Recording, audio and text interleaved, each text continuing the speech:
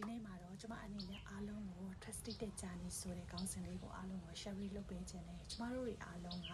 ကိုယ်ပေါ့နော်ကိုယ်အိမ်မက်ကိုသွားနေတဲ့တခြားမှာဆိုလို့ရှိရင်ကိုယ့်ကိုယုံကြည်မှုရှိဖို့လိုအပ်တယ်လို့ကိုယ်လုံနေတဲ့အရာပေါ်လေကျမတို့ကနေ့စဉ်တိုင်းမှာယုံကြည်မှုရှိဖို့ကဒါအရင်အရေးကြီးတာဖြစ်တယ်ပေါ့နော်ဥပမာအနေနဲ့ဆိုလို့ရှိရင်ကျမတို့ကအစိတ်တစိတ်စိုက်ပျိုးထားပြီးဒီအပင်ကိုစိုက်ပျိုးထားပြီးတဲ့အချိန်မှာဆိုလို့ရှိရင်မမြင်ရခင်တည်းကဒီအပင်ကတေချာပေါက်ကြီးလာမယ်ဒီအပင်ကရရှိတဲ့အသည့်အပွင့်တွေအားလုံးကိုငါ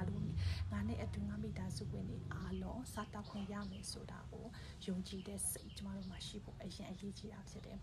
ပတ်ဝန်းကျင်ကလူတွေကိုမိသားစုဝင်တွေကတော့တစ်ချိန်လုံးလာပြောကြမှာပဲနင်အပင်ကကြီးရောကြီးလာပါမလားနင်လောက်တာဟုတ်ကောဟုတ်ရဲ့လားနင်လောက်တဲ့နီလန်းကမားနေတယ်နင်မဖြစ်နိုင်ပါဘူးစတဲ့ဖြင့်လူတိုင်းကလာပြောမှာဖြစ်တယ်ဒီအရာတွေအားလုံးကိုကျမတို့ view site ဆရာမလို့အရေးကြီးတာကိုယ်တိုင်ပဲဖြစ်တာဖြစ်တယ်ပေါ့နော်